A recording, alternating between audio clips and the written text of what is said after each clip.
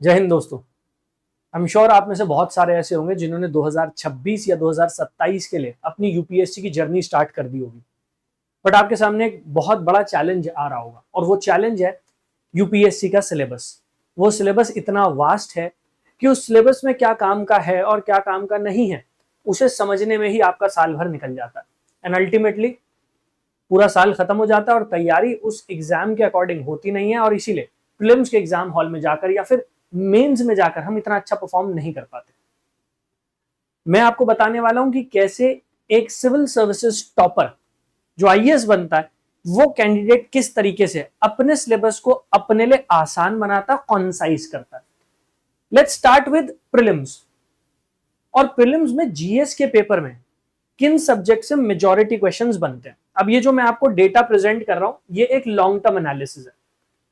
History में हर साल 15 से 18 क्वेश्चन बनेंगे, ज्योग्राफी में 12 से 15 क्वेश्चन बनेंगे, पॉलिटी में 15 से 17 क्वेश्चन बनते हैं, इकोनॉमी में 15-16 क्वेश्चन आते हैं और इन्वायरमेंट में भी 14 से 16 क्वेश्चन आते हैं। अब ऐसा नहीं है कि हार्ड एंड फास्ट रूल है कि इतने ही आएंगे, प्लस माइनस 2-3 होता रहता है कि अगर हिस्ट्री में उन्होंने 2-3 क्वेश्चन कम कर दिए तो वो पॉलिटी का वेटेज बढ़ा दिया, पॉलिटी के कम कर दिए तो इकोनॉमी या इन्वायरमेंट का वेटेज बढ़ा दिया। बट मोर और लेस जो आपका पेपर बनता है उसमें जो क्वेश्चन होते हैं वो इतने ही मिलते हैं आपको इन सब्जेक्ट्स में। मैं आपको एक लॉन्ग टर्म एनालिसिस भी दिखा देता हूं जिससे आपको और क्लैरिटी मिल जाएगी। देखिए 2014 से लेकर 2023 तक का ये पूरा डेटा और 2024-25 में भी डेटा कुछ ऐसा ही सामने आया है। यहां पर अगर आप देखोगे हिस्ट्री में लगभग 15-16 क्वेश्चन ही आपको नजर आ जाएंगे। कभी वो ज्यादा होते हैं, कभी वो थोड़े कम हो जाते हैं, बट वो रेंज जो है उतनी है। सिमिलरली ज्योग्राफी की बात करोगे, लॉन्ग टर्म एनालिसिस अगर आप देखोगे तो ज्योग्राफी में भी वो लॉन्ग टर्म एनालिसिस आपको सेम दिखाई देगा। ऐसे ही पॉलिटी की बात करोगे उतने ही क्वेश्चंस आपको नजर आ रहे। तो जो मैंने आपको प्रेजेंट किया डेटा कि भाई हिस्ट्री में 15 से 18 सवाल देखने को मिलेंगे आपको, ज्योग्राफी में 12 से 15, पॉलिटी में 15 से 17, तो ये एक लॉन्ग टर्म एनालिसिस के बेसिस पर। अब यहां से हमें ये तो क्लियर हो जाता है कि भाई कौन से मेरे 5 ऐसे सब्जेक्ट हैं जो सबसे ज्यादा इंपॉर्टेंट है और उनसे कितने क्वेश्चन बन रहे हैं। बट अभी भी वो फंडामेंटल क्वेश्चन उसका आंसर नहीं हुआ कि एक्चुअली हिस्ट्री से जो क्वेश्चन आएगा वो किस सेगमेंट में से आएगा, पॉलिटी से कहां से आएगा, इकोनॉमी से कहां से आएगा। ये तो मुझे पता लग गया कितने क्वेश्चंस आएंगे, बट कहां से आएंगे वो मुझे नहीं पता लगा। चलिए एक बार यूपीएससी का जो सिलेबस है उसको भी देख लेते हैं। अब यूपीएससी अपने नोटिफिकेशन में जो सिलेबस देती है मैंने एग्जैक्टली वही यहां पर स्क्रीनशॉट आपके लिए यूज किया है। तो पेपर 1 200 मार्क्स का होता है, मतलब जीएस का पेपर है, ठीक है, प्रिलिमिनरी एग्जाम का जीएस का पेपर है, 2 घंटे का पेपर होता है। यहां पर करंट इवेंट्स, चलिए करंट अफेयर्स पे आगे बात करेंगे। History, history of India, Indian national movement. अब सिर्फ इतना लिखा गया history of India, Indian national movement, यहीं से वो 15-18 क्वेश्चन आएंगे जिसकी मैंने बात की। ज्योग्राफी में इंडियन एंड वर्ल्ड ज्योग्राफी, इसमें physical, social, economic geography of India and the world वो लिख दिया गया। All right. पॉलिटी में इंडियन पॉलिटी एंड गवर्नेंस, इसमें बता दिया constitution, political system, Panchayati Raj, public policy, rights, issues etcetera, सिर्फ इतना लिखकर छोड़ दिया। सिमिलरली अगर आप इकोनॉमी की बात करेंगे तो इकोनॉमिक एंड सोशल डेवलपमेंट, ये ब्रॉड थीम है, इसमें sustainable development, poverty, inclusion, demographics and social sector initiative ये लिख दिया।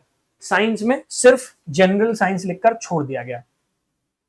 अब जैसे मैंने आपको बताया कि भाई 15 से 18 क्वेश्चन इस सब्जेक्ट से आएंगे, 14-15 क्वेश्चन इस सब्जेक्ट से आएंगे, उसके लिए जो ब्रॉड आउटलाइन है वो ये है।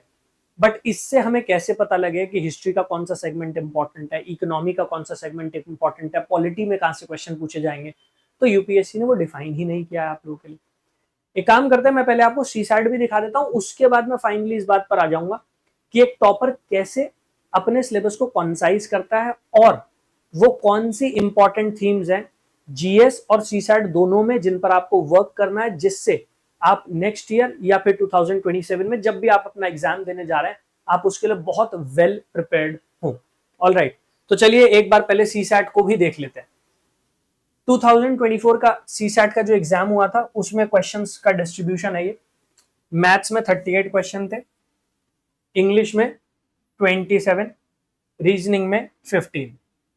एक थोड़ा 2-3 साल का एनालिसिस अगर आप देखोगे तो आपको और क्लियर हो जाएगी पिक्चर। 2023 की बात करोगे तो मैथ्स में 43 क्वेश्चंस, इंग्लिश में 26, रीजनिंग में 11 क्वेश्चन। तो अगेन अगर आप देखोगे इंग्लिश का वेटेज लगभग उतना ही है 26 क्वेश्चन, मैथ्स का थोड़ा बड़ा है, मैथ्स का बड़ा है तो रीजनिंग का कम हो गया। इससे पीछे जाएंगे 2022 तो मैथ्स 38 क्वेश्चन, 27 क्वेश्चन, 15 क्वेश्चन। सो मोर और लेस क्या समझ में आया कि भाई मैथ्स के जो क्वेश्चन होते हैं वो मान लो आप 38 से 42 के बीच में फ्लक्चुएट कर सकता है, ठीक है। अगर हम इंग्लिश की बात करते हैं तो 27 क्वेश्चन इंग्लिश कॉम्प्रिहेंशन के हो जाते हैं, और अगर हम बात करते हैं रीजनिंग की तो 11 से 15 क्वेश्चन यहां पर आ रहे हैं, वो फ्लक्चुएट करता रहता है नंबर। ये 3 टॉपिक हमारे लिए इंपॉर्टेंट है, 3 सब्जेक्ट हमारे लिए इंपॉर्टेंट है। एक बार सीसैट का सिलेबस भी देख लेते हैं जो यूपीएससी ने प्रिस्क्राइब किया।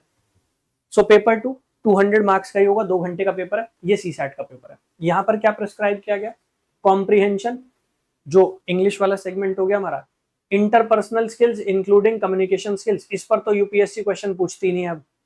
Logical reasoning and analytical ability, ठीक है। Decision making and problem solving, इस पर भी यूपीएससी क्वेश्चन नहीं पूछती अब। जनरल मेंटल एबिलिटी और बेसिक न्यूमरेंसी, तो कुल मिलाकर comprehension, logical reasoning, general mental ability और बेसिक न्यूमरेंसी, इस पे क्वेश्चन आए जो अभी तक हमने देखा है लॉन्ग टर्म एनालिसिस की भाई कहां से यूपीएससी क्वेश्चन पूछ रही है। बट प्रॉब्लम वही है कि ना तो हमें ये पता लग पाया कि मैथ्स या फिर इंग्लिश कॉम्प्रिहेंशन में किस टाइप के कॉम्प्रिहेंशन पूछ रही है, या रीजनिंग में कौन सा टॉपिक वो पूछ रही है। इसका जो आंसर होता है that is in previous year questions. अगर आप यूपीएससी के पेपर्स को एनालाइज करोगे, आपको करने की वैसे नीड नहीं है, मैंने आपके लिए वो एनालिसिस कर रखा है, मैं अभी आपको फाइल दिखा दूंगा और मैं प्रोवाइड भी कर दूंगा, वो आपको बता दूंगा कैसे आप उसे डाउनलोड कर सकते हैं। तो अगर आप यूपीएससी के प्रीवियस ईयर पेपर्स को एनालाइज करोगे तो वहां से एक लॉन्ग टर्म एनालिसिस निकल कर आता है, और हर यूपीएससी एस्पिरेंट जो आगे चलकर टॉप कर रहा है वो पूरे सिलेबस के पीछे भागने की बजाय कोशिश ये करता है कि अपने सिलेबस को थोड़ा कॉन्साइज करे। देखिए जैसे मैंने अभी आपको सीसैट का सिलेबस दिखाया, ओवरऑल अगर आप देखोगे सीसैट के सिलेबस में interpersonal skills including communication skills भी दिया गया है, ऐसे ही decision making, problem solving. Ultimately UPSC वहां से क्वेश्चंस नहीं पूछ रही, तो उनसे ज्यादा क्वेश्चन अगर मैथ से पूछे जा रहे हैं, कॉम्प्रिहेंशन से पूछे जा रहे हैं, इट इज वेरी लॉजिकल कि मैं उन पर वर्क कर लूं, मैं उन पर काम कर लूं, जिससे अल्टीमेटली सीसैट में मैं एक रीजनेबल स्कोर, एक रिस्पेक्टेबल स्कोर अचीव करूं और वो मेरा पेपर क्वालिफाई हो जाए।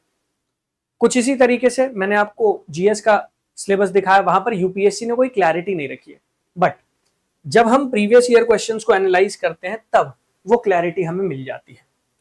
स्टार्ट करते हैं पॉलिटी से, ठीक है, पॉलिटी से शुरू करते हैं। और 2025 का paper, even though it was a difficult paper, लेकिन आप इतना जरूर कीजिएगा कि जो थीम्स मैं आपको बता रहा हूं एक बार उससे मैच जरूर करके देखिएगा कि क्या 2025 जो एक डिफिकल्ट पेपर था, क्या उसमें क्वेश्चंस जो बने वो इन्हीं थीम्स से बने। अब मैं ये नहीं कह रहा कि क्वेश्चन जो बनेगा वो इजी होगा, वो डायरेक्ट होगा, मैं वो सब बातें नहीं कर रहा, मैं सिर्फ आपको बताने की कोशिश कर रहा हूं कि आपका जो सिलेबस है कैसे हम उसे रिस्ट्रिक्ट कर सकते हैं, जिससे हम इंपॉर्टेंट थीम्स पर ज्यादा फोकस कर पाए, जिससे अल्टीमेटली वो प्रीलिम्स क्वालिफाई हो, हम मेंस में जाएं और वहां पर भी एक अच्छा परफॉर्मेंस हम कर पाए। तो पहले बात कर लेते हैं पॉलिटी की। पॉलिटी में अगर आप देखोगे सबसे इंपॉर्टेंट थीम जो निकल कर आती है वो लेजिस्लेचर है, that means parliament and state legislature. यहां अगर आप देखोगे sessions of parliament, Lok Sabha Rajya Sabha, उनकी पावर्स क्या है, स्पीकर का role, type of bill, budget, committees और डिलिमिटेशन, इन पर क्वेश्चन यूपीएससी ने प्रीवियस ईयर्स में पूछे हैं। सेकेंड इंपॉर्टेंट थीम जो हमारे लिए निकल कर आती है वो है fundamental rights, directive principle of state policy and fundamental duties. इसमें अगर हम बात करते हैं फंडामेंटल राइट्स की तो आर्टिकल 14, 16, 19, 21, 22 इन पर क्वेश्चन पूछ चुकी है यूपीएससी। सिमिलरली नेचुरल जस्टिस, प्राकृतिक न्याय, इस पे सवाल आ चुका है। रिट्स के ऊपर क्वेश्चन आया है, राइट टू प्रॉपर्टी के ऊपर क्वेश्चन आया है, डेफिनेशन ऑफ स्टेट के ऊपर क्वेश्चन आया है, राइट टू वोट। डीपीएसपी की अगर हम बात करते हैं तो यहाँ पर enforceability of directive principle of state policy, welfare state, amendment, amendment में भी 42nd constitutional amendment act, 44th amendment act, 86th amendment act, socio economic justice जो उनका ऑब्जेक्टिव है, इस पे क्वेश्चन बन चुका है, ठीक है। इसके बाद थर्ड थीम जो आती है जिससे ज्यादा क्वेश्चन पूछे जाते हैं दैट इज गवर्नेंस। गवर्नेंस जो है ये प्राइमरीली करंट अफेयर्स से लिंक होकर क्वेश्चन बनते हैं यहाँ पर। अब अगर आप इसकी बात करोगे तो यहाँ पर गवर्नमेंट की जो स्कीम्स है, इनिशिएटिव्स है, जैसे श्रम योगी मानधन उस पर आ चुका है, ऐसे ही सद्भावना ऑपरेशन के ऊपर क्वेश्चन आ चुका है। एक्ट्स पे क्वेश्चन आ जाते हैं तो आर्म्स एक्ट पे क्वेश्चन आया है, मैटरनिटी बेनिफिट पे क्वेश्चन आया है, ऑफिशियल सीक्रेट एक्ट पे क्वेश्चन आया है, मिसलेनियस मतलब इसके अलावा और कौन कौन से क्वेश्चन बने गवर्नेंस से लिंक करके, तो होमगार्ड्स पे क्वेश्चन आ चुका है, प्रिजनर्स के ऊपर क्वेश्चन आ चुका है, चीफ ऑफ डिफेंस स्टाफ इनके ऊपर क्वेश्चन आ चुका है। तो ये गवर्नेंस का सेगमेंट है जिससे क्वेश्चन बनते हैं। देन एग्जीक्यूटिव, एग्जीक्यूटिव में यूनियन एग्जीक्यूटिव जिसमें प्रेसिडेंट पे क्वेश्चन बन जाता है, काउंसिल ऑफ मिनिस्टर पे क्वेश्चन बनता है, एंड अटॉर्नी जनरल, तो इन पे क्वेश्चन बन जाता है। फिर स्टेट एग्जीक्यूटिव, इसमें गवर्नर हो गए, चीफ मिनिस्टर हो गए, काउंसिल ऑफ मिनिस्टर हो गए। प्रेसिडेंट की अगर हम बात करते हैं तो प्रेसिडेंट के ऊपर जो क्वेश्चंस बने हैं उसमें पावर जो उनको दी गई है कि वो schedule caste, schedule tribe communities, उनसे रिलेटेड नोटिफिकेशन जारी कर सकते हैं, रिजर्वेशन के बेनिफिट किन किन के ऊपर एक्सटेंड करने हैं वो बता सकते हैं, उनके इलेक्शन से रिलेटेड क्वेश्चन बन चुका है। ऐसे ही एसेंट टू बिल्स और इमरजेंसी जो वो डिक्लेयर करते हैं उसके ऊपर क्वेश्चन बना है। फिर गवर्नर के ऊपर क्वेश्चन आया है, गवर्नर को जो इम्यूनिटीज प्रोवाइड की जाती है, जो पावर्स प्रोवाइड की जाती है। Council of minister, council of minister की स्ट्रेंथ, काउंसिल ऑफ मिनिस्टर में कितने मिनिस्टर्स होते हैं। देन प्रधानमंत्री, प्राइम मिनिस्टर का रोल क्या है, उनका इलेक्शन, इससे रिलेटेड क्वेश्चन आए हैं। फिर पांचवी जो इंपॉर्टेंट थीम है वो है parliamentary system versus presidential system. Basically system of government, system of government में parliamentary system, presidential system, unitary form of government, federal system, federal features कौन सी है, यूनिटरी फीचर्स कौन सी है, उन पे क्वेश्चन बन जाते हैं और इन पे क्वेश्चन आए हैं। देन सेंटर स्टेट रिलेशन और इंटर स्टेट रिलेशन, इन पे क्वेश्चन आए हैं। इसके बाद कॉन्स्टिट्यूशन के जो बाकी प्रोविजंस बच गए उन पे क्वेश्चन बनते हैं, जैसे कॉन्स्टिट्यूएंट असेंबली, उस पर क्वेश्चन आया है। इंपॉर्टेंट अमेंडमेंट जिसमें आर्टिकल 368, उसके ऊपर क्वेश्चन आया क्योंकि 368 के थ्रू ही आप कॉन्स्टिट्यूशन में अमेंडमेंट कर पाते हैं। Then 42nd constitutional amendment act, 44th amendment act, basic structure, 8th schedule, इन पे क्वेश्चन बने। Then parts and related article, जैसे part 9 of the constitution, panchayat, part 9 है म्युनिसिपैलिटीज। देन पार्ट 18, पार्ट 20 जो इमरजेंसी और कॉन्स्टिट्यूशन में अमेंडमेंट से रिलेटेड है, उन पर क्वेश्चन बने हैं। प्रियम्बल, शेड्यूल्स, शेड्यूल में 5th schedule, 6th schedule, 11th schedule, 12th schedule, इन पे ज्यादा क्वेश्चन आते हैं। इस बार भी अगर आप देखोगे तो 5th शेड्यूल, इसके ऊपर क्वेश्चन बना है। 10th शेड्यूल पे काफी क्वेश्चन बनते हैं, एंटी डिफेक्शन लॉ की मैं बात कर रहा हूँ। देन फिलोसफिकल क्वेश्चंस होते हैं, जैसे पर्पस क्या है कॉन्स्टिट्यूशन का, कॉन्स्टिट्यूशनलिज्म क्या है, लॉ एंड लिबर्टी क्या है, डेमोक्रेसी क्या है, उन पे क्वेश्चन बन जाते हैं। And then finally the 7th thing that is judiciary, judiciary में supreme court, high court, subordinate judiciary आ जाती है, बट ज्यादा क्वेश्चन जो बनते हैं वो सुप्रीम कोर्ट से बनते हैं। इसमें भी रिट्स, एडहॉक और रिटायर्ड जज, रिमूवल प्रोसीजर ऑफ जजेस और जुडिशियल रिव्यू, इन पे ज्यादा क्वेश्चन बने। अब अगर आप पिछले 10 या 15 साल का यूपीएससी प्रीलिम्स का कोई भी पेपर उठाकर देखोगे, आपको समझ में आ जाएगा कि पॉलिटी के जो क्वेश्चंस बन रहे हैं उसमें more than 80% of the question, more than 80% वो इन्हीं थीम्स के ऊपर बन रहे हैं। Now when you are preparing, अगर आप सेल्फ स्टडी भी कर रहे हैं, आप लक्ष्मीकांत से भी पढ़ रहे हैं या एनसीईआरटी भी पढ़ रहे हैं, अब आपको पता है, आपके पास एक डायरेक्शन कि मुझे किस डायरेक्शन में तैयारी करनी है, मुझे कौन कौन से ऐसे इंपॉर्टेंट टॉपिक्स हैं जो कवर कर लेने हैं, क्योंकि हर topic equally important, equally relevant नहीं है। कुछ टॉपिक्स ऐसे हैं जिनकी रेलिवेंस ज्यादा है, जिनका वेटेज ज्यादा है, जिनकी इंपॉर्टेंस ज्यादा है। अगर आप पहले उन्हें प्रिपेयर कर लेते हैं, then you are well prepared for the exam. Similarly, ये तो चलिए सिर्फ एक सब्जेक्ट हुआ, इकोनॉमी की भी बात कर ले तो इस बार जो इकोनॉमी के क्वेश्चन आए आप उनसे मैच करके देख सकते हैं। अब यूपीएससी ना हर साल क्वेश्चन पूछने का तरीका बदलेगी, बट जो ये इंपॉर्टेंट थीम्स है इनमें कोई बहुत ज्यादा चेंज आएगा। और चलिए अगर आया भी थोड़ा बहुत चेंज, तो ऐसा नहीं होगा कि अगर आप 5-6 सब्जेक्ट में इंपॉर्टेंट थीम्स अच्छे से कवर करके गए तो यूपीएससी सारी की सारी इंपॉर्टेंट थीम्स चेंज कर। क्वेश्चंस अल्टीमेटली इन थीम्स के अराउंड बनेंगे। अगर आपका 40 to 50% पेपर भी इन थीम्स के अराउंड बन जाता है, then you are in a very good situation to tackle that paper. हाँ, एक बार आप ये थीम्स पढ़ लेंगे, उसके बाद आपको यूपीएससी किस तरीके से क्वेश्चन पूछ सकती है उसकी प्रैक्टिस करनी होती है। तो ये आपका फर्स्ट स्टेप होने वाला है, जिससे आप एक राइट डायरेक्शन में अपनी तैयारी को परस्यू कर पाए। ऐसा ना हो कि आप पढ़ तो रहे हो बट अल्टीमेटली जो भी चीजें आपने पढ़ी उनका आपको उतना रिटर्न नहीं मिल पाया जितना आपने टाइम इन्वेस्ट किया है।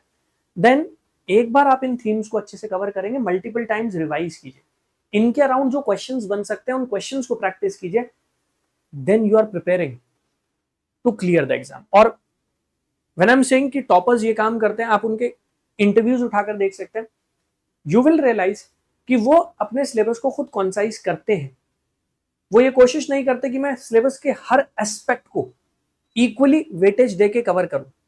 वहां पर आपको अपने लिए उस पेपर को कॉन्साइज करना पड़ता है, मतलब उस सिलेबस को कहीं ना कहीं कॉन्साइज करना पड़ता है, जो यहां पर हो जाएगा।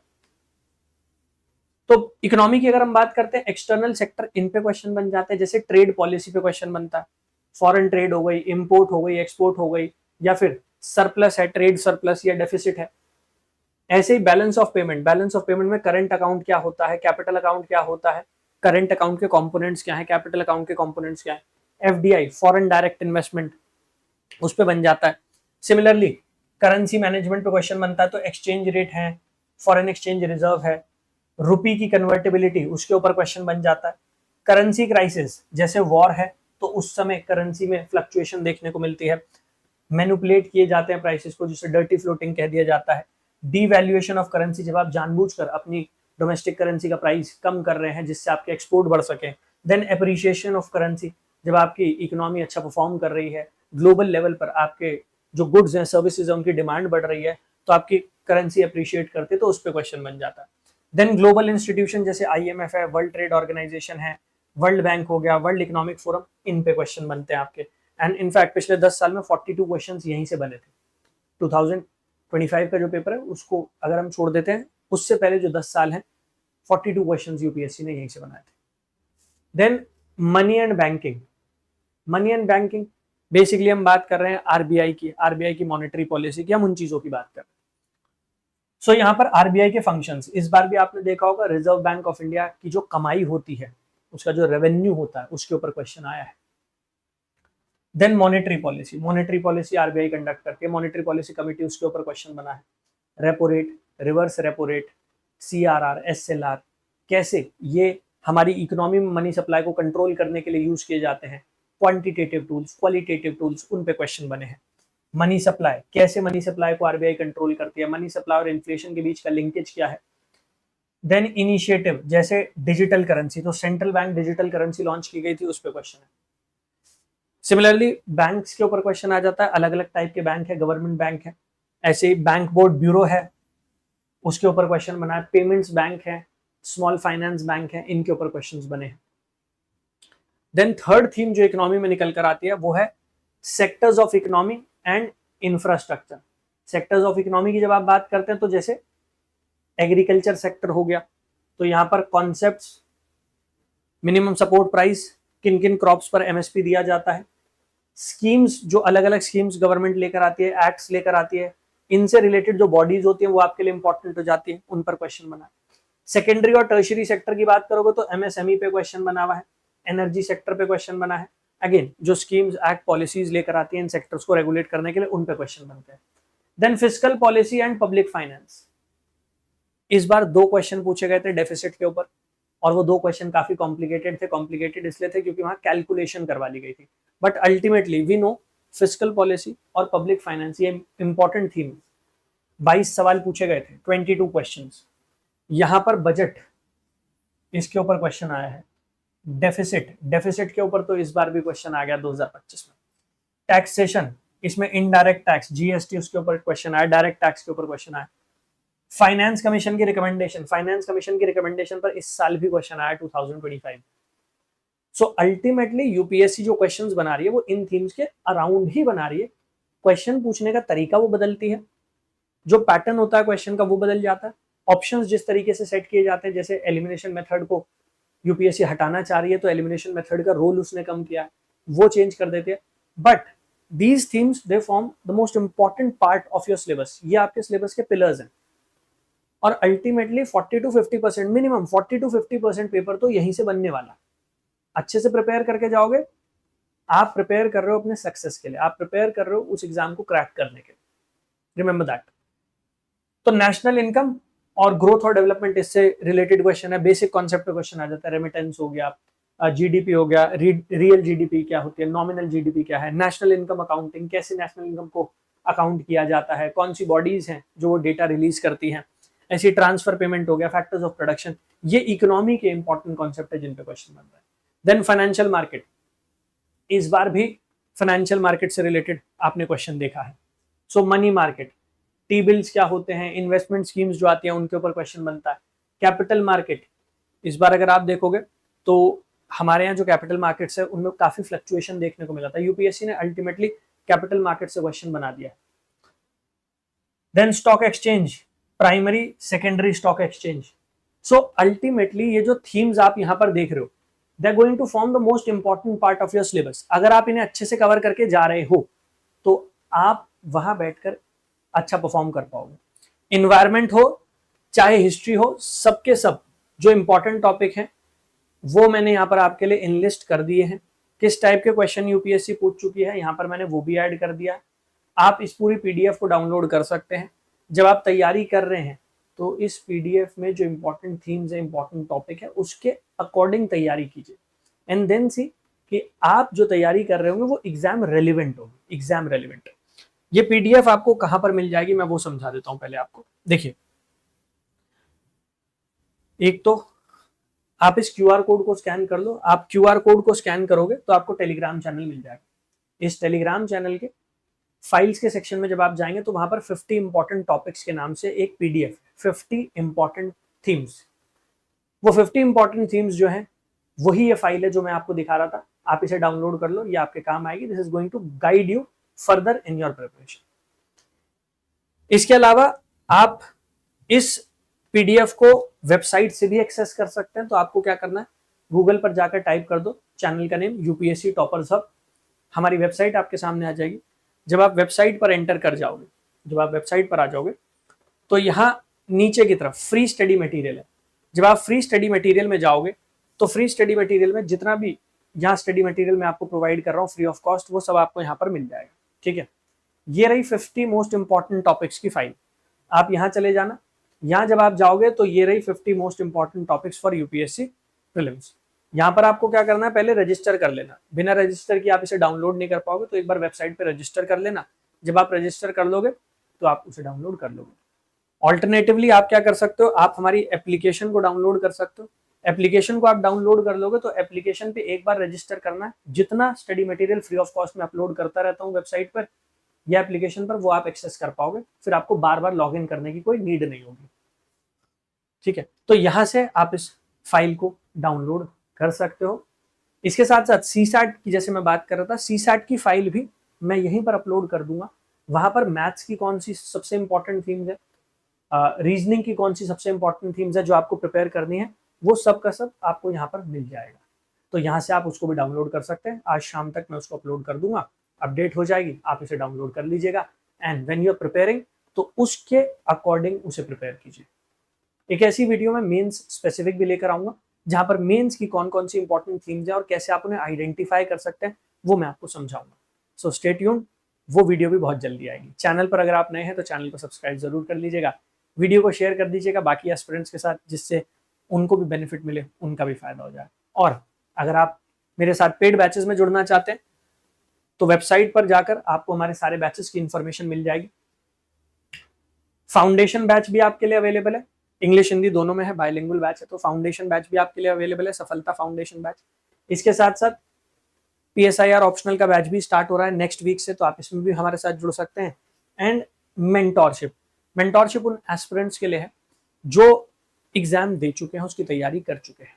हो सकता है आपने एक अटेम्प्ट दिया हो, आपने 2 या 3 अटेम्प्ट दे दियो, बट अल्टीमेटली आपका प्रीलिम्स क्वालिफाई नहीं हो रहा, प्रॉब्लम्स आ रही है, मेंस क्वालिफाई नहीं हो पा रहा, आप बार बार अटेम्प्ट तो दे रहे हैं बट वो क्वालिफाई नहीं हो रहा, और आप ये आइडेंटिफाई नहीं कर पा रहे कि प्रॉब्लम कहाँ पर है, मिस्टेक कहाँ पर। So we are there to guide you, हम यहाँ पर हैं आपको गाइड करने के लिए, आपकी हेल्प करने के लिए। आप मेंटोरशिप में हमारे साथ जुड़ सकते हैं और वहाँ पर वी विल मेक श्योर कि हम आपको इस तरीके से गाइड करें कि आप आइडेंटिफाई करें आपके वीक एरियाज, आप आइडेंटिफाई करें कि क्या प्रॉब्लम आ रही है। क्योंकि बहुत सारे एस्पिरेंट्स होते हैं जो तैयारी कर लेते हैं, थ्योरी पढ़ ली है, कॉन्सेप्ट्स क्लियर है, but ultimately MCQs properly solve करना नहीं आता, एग्जाम हॉल में प्रॉपर स्ट्रैटेजी उनसे नहीं बन पाती, मेंस में जा रहे हैं आंसर लिख रहे हैं बट आंसर राइटिंग में कमियां हैं, कैसे उन्हें इनहेंस करना है, कैसे इंप्रूव करना है। We are going to help you out with all that. Alright, तो यहाँ पर आप हमारे साथ जुड़ सकते हैं। कोई भी आपका डाउट हो, कोई भी सवाल हो तो कॉन्टैक्ट अस के सेक्शन में जाइएगा, यहाँ पर नंबर दिया गया है, इस नंबर पर एक व्हाट्सएप मैसेज ड्रॉप कर दीजिएगा या डायरेक्ट कॉल कर लीजिएगा। जो भी बैचेस के बारे में आपको इन्फॉर्मेशन चाहिए वो आपको मिल जाएगी। So wish you all the very best. Thank you. जय हिंद।